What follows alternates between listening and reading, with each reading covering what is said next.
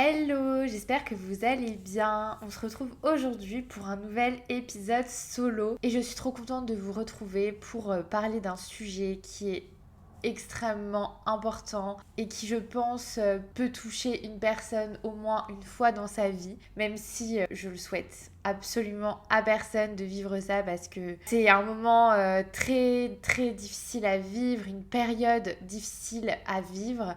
Mais en même temps, ça fait partie aussi de la vie parfois malheureusement. Aujourd'hui, j'avais envie de vous parler du cœur brisé et de comment réparer un cœur brisé et de vous donner un peu mes conseils de grande sœur parce que en tant que grande sœur, je sais pas si je vous l'ai déjà dit, mais du coup j'ai deux petites sœurs. Bien évidemment, j'ai toujours été là pour elles dans les moments où elles avaient besoin de moi et notamment dans les moments où elles avaient le petit cœur brisé.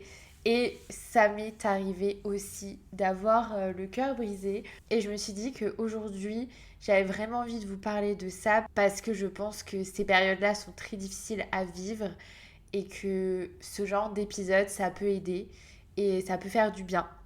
Et je sais que moi, à l'époque, quand j'ai eu le cœur brisé, peut-être que des épisodes comme celui-ci que je suis en train de vous faire m'auraient aidé à mieux vivre plutôt que les voyantes TikTok que j'avais sur TikTok qui me disaient il va revenir, nanani nanana et tout, alors que c'est pas du tout ce genre de choses qu'il faut consommer dans ces moments-là, on va pas se mentir. Mais voilà, si ça vous parle, les petites voyantes TikTok qui vous disent il va revenir, surtout fuyez parce que pas bonne idée du tout. Pourquoi j'ai appelé cet épisode comme ça? Tout simplement parce que c'est une phrase qui m'a extrêmement marquée. On va dire que j'ai eu le cœur brisé plusieurs fois avec la même personne, mais à des degrés différents. Et disons que la première fois, je me souviens, j'étais en coloc avec ma sœur à ce moment-là. On regardait le film de Tim Burton, Les Noces funèbres de Tim Burton. Et à un moment dans le film, il dit un cœur brisé ne demande qu'à être réparé. Et cette phrase, elle m'a marquée. Vraiment, j'adore ce film. Il est hyper poignant. Je sais pas si vous l'avez déjà vu, mais il est assez particulier. Mais j'adore Tim Burton et son univers. Mais là, on s'éloigne complètement du sujet. Mais bref, dans ce film, on parle de mort, de mariage, etc. Et à un moment, du coup, il y a cette phrase un cœur brisé ne demande qu'à être réparé. Et elle m'a vraiment touchée parce qu'à cette époque-là, j'étais triste d'une rupture. Et en fait, elle m'a vraiment aidée, cette phrase, à mieux appréhender cette période, on va dire. Et puis finalement, voilà, la vie est passée. Et puis en fait, j'ai eu à nouveau le cœur brisé, mais cette fois vraiment très intensément. Je dirais qu'il y a peut-être plusieurs degrés de cœur brisé. Et cette première fois, c'était pas vraiment le cœur brisé, j'étais plus en mode triste que cette relation se termine. Mais la deuxième fois que ça s'est vraiment terminé, là, j'étais vraiment brisée parce que je pense qu'à ce moment-là, j'étais vraiment tombée amoureuse. Alors que la première fois, j'étais pas vraiment amoureuse, j'avais des sentiments, mais c'était différent. Alors que cette deuxième fois, j'étais vraiment tombée amoureuse. Et là, vraiment, ça me brisait le cœur, vraiment. Et cette période a duré quand même un moment parce que je me souviens que ça s'était terminé à la fin de l'été et franchement j'ai mis bien à me remettre en fait de cette période de souffrance.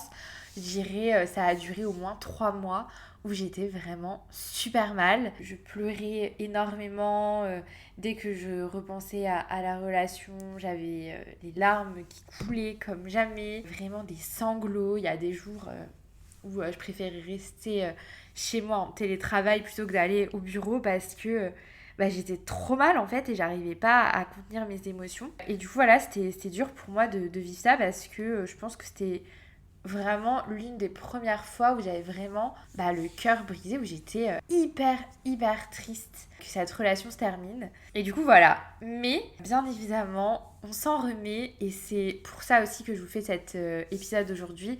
C'est pour vous dire que malgré tout, malgré la douleur, malgré tout ce qu'on peut ressentir, la tristesse, la colère, l'incompréhension, enfin vraiment il y a plein d'émotions qu'on peut ressentir à ce moment-là, mais on s'en remet, ou en tout cas, même si la personne aura toujours une part d'elle en nous, parce que forcément, si on a aimé une personne, pour moi, elle a toujours une petite place en nous, dans notre cœur, même si elle n'en fait plus partie, mais c'est comme ça, enfin moi en tout cas c'est comme ça que je l'imagine. Je me vois pas avoir été amoureuse réellement de quelqu'un et que cette personne est complètement disparue de ma vie, à part si cette personne m'a fait vraiment du mal, et dans ce cas-là, on passe vraiment de l'amour à la haine, et encore, c'est plutôt de l'ignorance, je dirais. Mais une personne vraiment en qui j'ai eu des sentiments, qui a compté pour moi, avec qui voilà, il y a eu une vraie histoire, je dirais qu'il y aura toujours une part de cette personne en moi parce que bah, elle a fait partie de ma vie, de ce processus de grandir. Et voilà, et je n'ignorerai jamais quelqu'un qui a fait partie de ma vie parce que je pars toujours du principe que si cette personne est rentrée dans notre vie à un moment,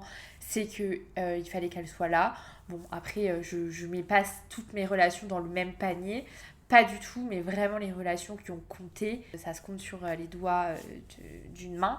Mais ces relations-là, elles auront toujours une petite place particulière. Voilà. Mais du coup, ce que je dis, c'est que même si on a le cœur brisé à un moment T par une personne, par la fin d'une relation, c'est pas pour autant que on sera triste toute notre vie. Bien évidemment que non, et heureusement, parce que sinon, bah, ce serait dur à vivre, on va pas se mentir. Mais c'est clair que sur le moment, on a l'impression qu'on va jamais s'en remettre, que notre vie, elle a plus de sens, que la personne, elle ne fera plus partie de notre vie et que ben, c'est horrible en fait. C'est clairement un deuil. C'est, même si la personne, elle est toujours en vie, et ben en fait tout simplement qu'on doit faire quand même le deuil de cette personne, le deuil de cette relation, parce que on ne sera plus jamais une relation en tout cas, sauf si on se remet ensemble un jour. Mais là on va partir quand même du principe que si la relation est terminée, c'est qu'elle est finie. Et si jamais elle doit reprendre un jour, ce sera sur d'autres dispositions, etc. Mais je pars quand même du principe qu'il faut quand même que le cycle se termine. Et donc pour que le cycle se termine, il faut quand même dire adieu à la personne, quitte à, si jamais la personne revient dans notre vie, l'accueillir à nouveau. Mais en tout cas, je pense que quand une relation se termine, il faut vraiment qu'elle se termine de A à Z, parce que sinon c'est très difficile de passer à autre chose tout simplement. La première chose que je vous conseillerais de faire si vous vivez ce cœur brisé, cette fin de relation, cette rupture amoureuse, ça va être vraiment de laisser sortir vos émotions.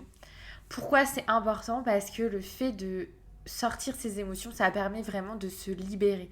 C'est-à-dire que plus on va pleurer ou alors on va aller, je sais pas moi, taper dans un coussin ou j'en sais rien. Libérer ses émotions, en fait, c'est hyper important parce que c'est comme ça, en fait, qu'on libère notre énergie, qu'on libère ce qu'on ressent et que du coup, la douleur intérieure sera moins excessive, moins présente. Et c'est comme ça qu'on va mieux le vivre. Typiquement, moi, je sais qu'à cette époque-là, quand j'étais super triste, ce que je faisais, c'est que j'allais souvent courir, j'allais me dépenser, vraiment faire du cardio pour sentir que voilà, je dépense tellement d'énergie que j'ai pas le temps de penser à la douleur que je ressens. Et en fait, ça va vraiment m'aider à me libérer de mes émotions. Et aussi, je pleurais beaucoup. Moi, je sais que pleurer, ça me fait extrêmement de bien. À ma première rupture amoureuse avec mon premier amour, j'ai pas pleuré pendant quasiment 1 an. Je me refusais à être triste.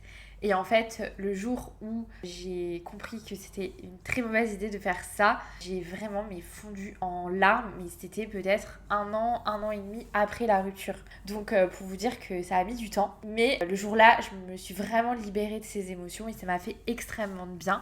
D'ailleurs, j'en parle dans l'épisode Comment se remettre d'une rupture amoureuse. Et j'avais expliqué aussi que j'avais lu les livres d'amour solitaire, notamment le 2e tome, qui m'avait extrêmement aidé à mieux vivre cette rupture. Même si c'était 1 an et demi après, j'avoue qu'il a fallu du temps. Mais voilà, je pense que déjà, la première chose, c'est vraiment d'accepter ses émotions et de les libérer de la manière qui nous convient le mieux. Si on n'est pas quelqu'un qui aime pleurer, peut-être que ça va être grâce au sport. Si on a besoin d'aller, je sais pas, hurler sur la plage, hurler dans la forêt, ou j'en sais rien, écrire dans un livre, écrire dans un carnet et tout, peu importe la manière, tout est ok. C'est juste de trouver cette manière qui fait qu'on va se sentir mieux. Ensuite, la deuxième, ça va être de ne pas rester seule et de bien s'entourer. Je sais que moi, typiquement, quand je suis hyper triste, j'ai besoin d'être seule parce que j'aime pas qu'on vienne me consoler au départ. Parce que en fait, plus les gens vont être bienveillants, plus les gens vont me consoler, plus je vais avoir encore plus envie de pleurer. Donc c'est un peu ambivalent parce que j'ai aussi besoin d'être entourée dans ces moments-là. Parce que bah, forcément, quand on vit une rupture amoureuse, on a un vide qui se crée et du coup, bah, on a besoin de combler ce vide par aussi la présence de nos proches. Et en tout cas, qu'ils soient encore plus présents dans ces moments-là qu'il ne l'était avant. Il y a un peu ce truc de j'avais besoin d'être seule, mais aussi besoin d'avoir quelqu'un qui est là, même si je sais que cette personne, elle n'est pas forcément... on va pas forcément parler, on va pas forcément parler de ça, mais juste le fait d'avoir une présence à côté de moi, ça me faisait du bien. Par exemple, quand j'habitais avec ma sœur et qu'on a toutes les deux vécu un peu une période compliquée, et en fait, le fait d'avoir juste notre présence l'une pour l'autre, bah, ça nous a fait du bien. Et je pense que ça, c'est vraiment hyper important quand on vit bah, une rupture amoureuse, c'est de sentir qu'on a des gens qui sont là, alors que ce soit en physique ou à distance, hein, parce que moi, je sais qu'à cette période-là, je parlais énormément avec ma mère, enfin, parle beaucoup avec ma mère, mais encore plus à ce moment-là, je l'appelais, j'avais pas de honte parce qu'elle était au courant de tout ce qui se passait et j'avais pas de honte à lui dire bah voilà, je suis super triste, je me sens trop mal, il me manque, j'ai envie de lui écrire mais je peux pas, enfin voilà. Et elle comprenait, elle me rassurait, et elle m'écoutait en fait. Et je pense que c'est hyper bien et hyper important dans ces moments-là d'avoir quelqu'un sur qui compter pour pouvoir se libérer, parler de nos émotions. En fait, on n'attend pas forcément un conseil parce qu'il n'y a pas de conseil à donner. La personne est partie, elle nous a quittés ou en tout cas on l'a quittée, mais en tout cas la relation est terminée. Donc il n'y a pas vraiment de truc de il va mais t'inquiète, peut-être que si, peut-être que non. La relation est terminée, donc il faut vraiment juste s'en rendre compte, accepter le fait que bah voilà, la relation elle est terminée, mais que par contre si on a besoin juste d'une épaule sur qui s'appuyer, d'une épaule sur qui pleurer, bah c'est hyper important. Et dans ces moments-là, de trouver un peu cette épaule qui sera là pour nous quand on en a besoin. Ensuite, ça va être de prendre soin de soi. Je sais que moi, j'aime bien avoir un nouveau truc après une rupture. C'est très bête. Ça va être, je sais pas, je vais me faire percer les oreilles, ou je vais faire un tatouage, ou je vais changer de coupe de cheveux. Bon, après, je peux pas trop changer de coupe de cheveux, moi, avec mes cheveux. Mais voilà, ça va être, je sais pas, refaire du shopping, acheter des nouveaux vêtements. En fait, je sais que j'ai besoin, après une rupture, d'avoir quelque chose de nouveau, soit sur moi, soit à porter, soit voilà, à avoir. Mais je sais que j'ai besoin de ça pour me sentir... parce que ça me fait du bien, en fait, de faire du shopping ou faire un tatouage qui me plaît, etc. En fait, c'est un peu un truc nouveau de me dire, en fait, la personne d'avant ne l'a jamais vu. Et en fait, probablement qu'elle ne verra pas. Et du coup, c'est un peu ce truc, je sais pas, que j'ai de me dire, envie d'une nouveauté. Alors, ouais, coupe de cheveux, coiffure, peu importe. Tant que ça me fait du bien et que j'ai l'impression de prendre soin de moi. Et puis, ça permet aussi de prendre confiance en soi, c'est-à-dire si on va s'acheter, je sais pas, une nouvelle robe, une nouvelle tenue, un nouvel ensemble qui nous va bien, etc. En fait, on va se sentir bien dans notre peau, bien dans cette tenue. Et ça va nous faire du bien, bien évidemment. Et du coup, c'est vraiment hyper important dans ces moments-là, quand on est triste, d'apporter un peu de joie dans notre vie et du coup de se faire plaisir. Aussi, dans le côté prendre soin de soi, il y a le côté faire du sport, prendre soin de son corps, etc. Moi, je sais que j'ai toujours fait du sport, peu importe que j'étais en couple ou pas. Et du coup, je sais que j'ai jamais eu de grosses différences entre le moment où je quitte une personne, où la relation se termine, et le moment où je suis toute seule, célibataire. Donc j'ai pas trop ce truc de me dire tiens, je suis célibataire, je vais m'inscrire à la salle de sport. Par contre, ouais, quand j'ai besoin de libérer mes émotions, je vais sûrement faire plus de sport, mais jamais dans les extrêmes ou quoi. Mais je sais qu'il y a des personnes, tu vois, typiquement, elles vont pas forcément faire de sport pendant leur relation, et à la rupture, elles vont s'inscrire dans une salle de sport ou s'inscrire dans un club, etc. pour faire du sport. Et je pense que ça, c'est hyper important quand on a justement le cœur brisé, de se dire, voilà, je vais prendre soin de mon corps aussi, et aller, tu vois, faire du sport, m'inscrire dans une salle ou ce genre de choses. Typiquement, je pense que ça fait extrêmement de bien. Ensuite, mon autre conseil, ça va être d'écrire à la personne ou à soi sans envoyer les messages, bien évidemment. Après, si ça vous fait du bien d'envoyer les messages, vous pouvez, Mais attention à ne pas sombrer dans le truc de être un peu le tapis ou de sombrer dans le truc de désespérer, quoi. La meuf désespérée. Perso, j'avoue que j'ai déjà été un peu dans ce rôle-là de envoyer un pavé en me disant voilà, j'ai envie que blablabla et tout. Bon, j'étais plus jeune, clairement. Aujourd'hui, je le ferai plus. Mais ouais, à l'époque, j'avoue que j'étais un peu team faire un pavé quand la personne s'est terminée. Enfin, je l'ai fait avec 2 personnes en vrai dans ma vie. Mais suffisamment pour me dire, putain, pourquoi j'ai envoyé ces messages-là? Genre le gros pavé, voyez, où faut limite appuyer sur plus pour lire la suite. Enfin bref, voyez quoi? Voyez le truc. J'assume d'avoir fait ça. Parce que dans ces moments-là, j'avais besoin de dire tout ce que je pensais en fait. Et que la personne, bon après, elle le lit pas, ma foi. De toute façon, on peut pas trop le savoir, mais de vraiment envoyer ce message, ce long message où je libère tout ce que je pense dans ma tête et que je le balance à la personne et je me dis bah voilà, maintenant elle sait.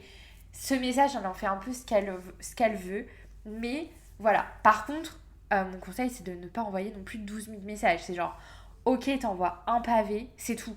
T'as le droit à un pavé, mais pas plus. Et encore, si c'était ma sœur qui parlait là à ce moment-là, à ma place à ce micro, elle dirait non, surtout pas envoyer le pavé. Mais bon, on est plutôt 2 teams, 2 ambiances. Donc moi je dis, si vous vraiment vous sentez au fond de votre cœur que vous avez envie d'envoyer ce message, bah faites-le en fait, tout simplement. Et voilà. Dans tous les cas, ça changera généralement rien à ce qui se passe. Personnellement, moi, ça n'a jamais rien changé d'envoyer ce fameux pavé. Mais en tout cas, moi, ça m'a toujours fait du bien de me dire, bah, j'ai dit tout ce que j'avais à dire.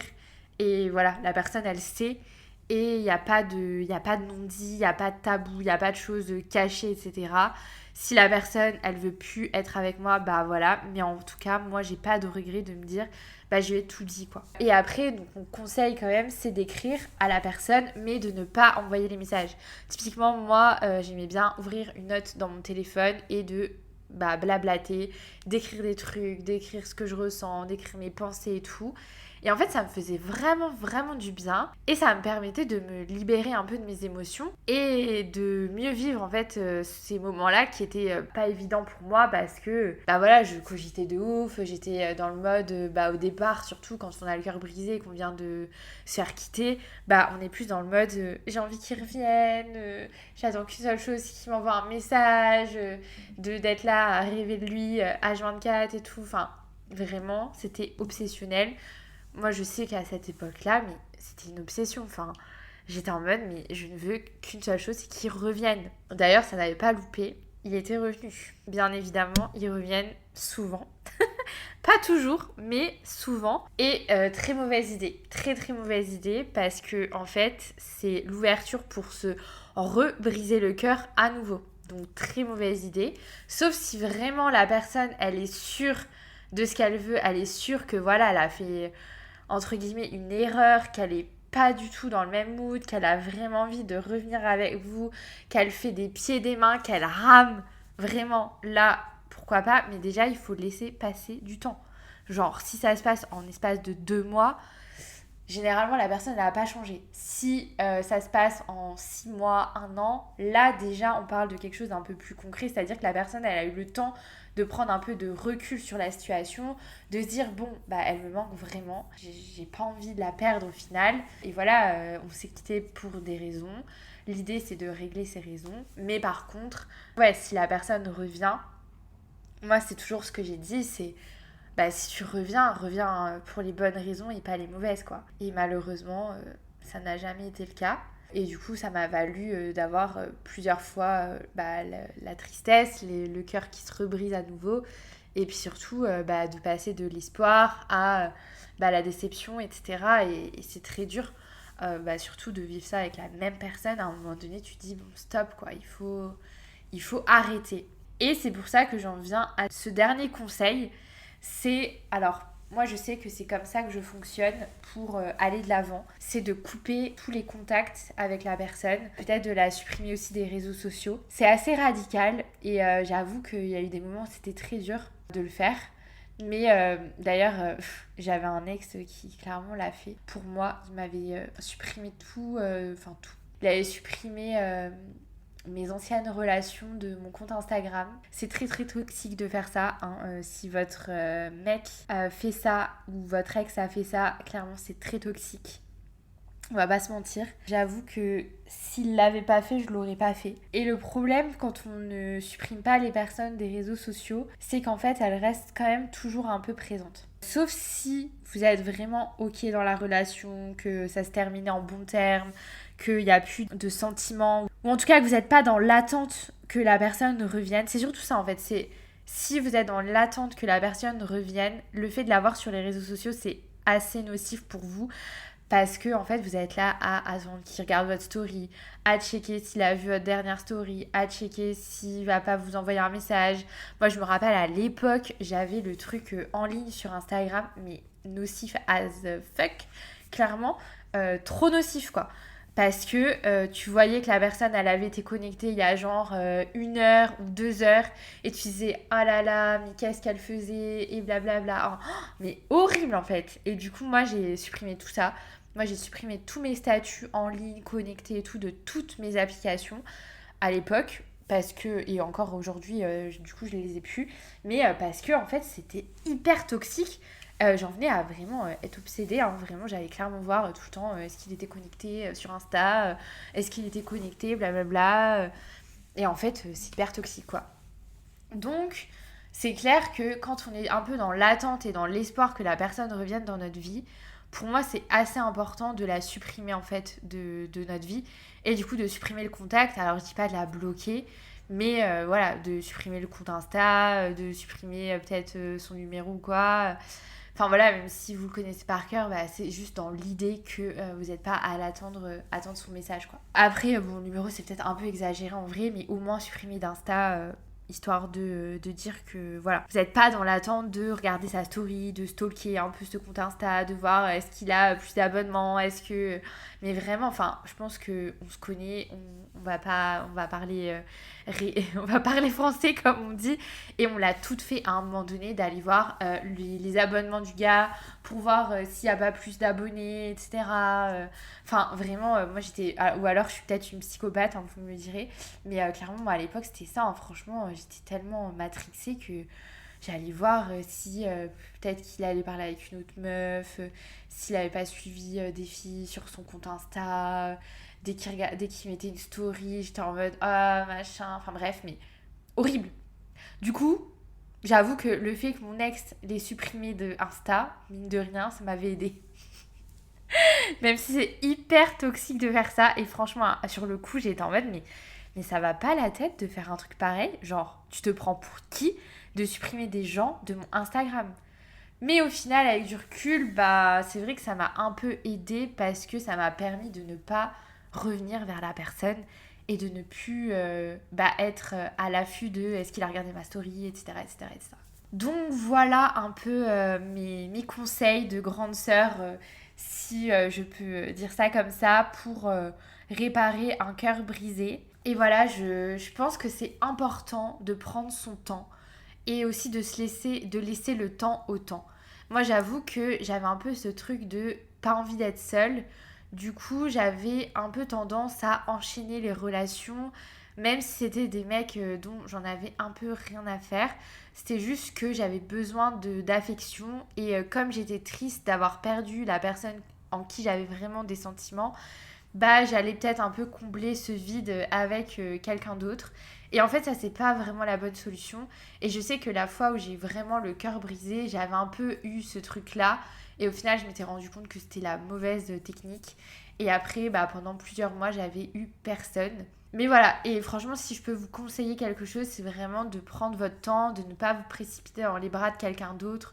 Sauf si bah, le hasard fait que cette personne arrive dans votre vie. Mais voilà, moi, je sais qu'à l'époque, peut-être que j'allais rouvrir Tinder limite le lendemain de la rupture.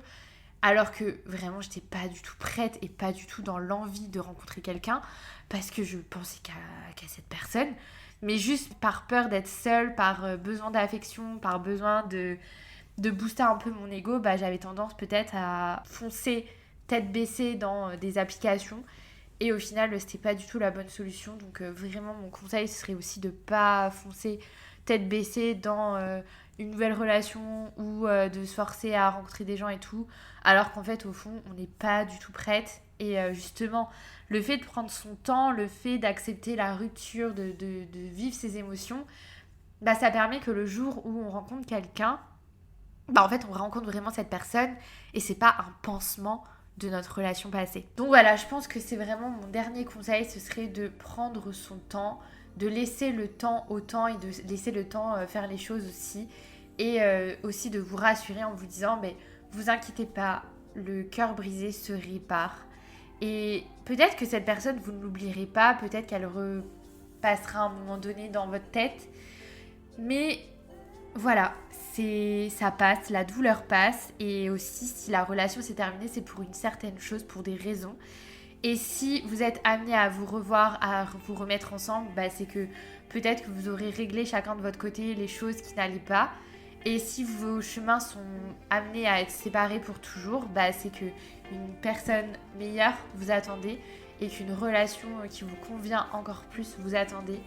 Et dans ce cas-là, il faut juste être patient et cette relation arrivera au bon moment. Donc voilà, j'espère que cet épisode t'a fait du bien, que si tu vis une période de cœur brisé, je t'envoie vraiment tout mon amour, tout mon soutien. Prends bien soin de toi, prends soin de ton corps, prends soin de ton cœur, prends soin de ton esprit et tu verras avec le temps, la douleur s'atténuera, je te le promets. Et en attendant, prends soin de toi, essaye d'écouter des podcasts qui te font du bien, essaye de regarder des vidéos YouTube, trouver des choses qui te font du bien et qui vont te permettre d'avancer et aussi d'aller vers ce renouveau, ce nouveau chapitre de ta vie qui sera peut-être que meilleur. En tout cas, je te fais des gros bisous et je te dis à très vite dans un nouvel épisode. Des bisous!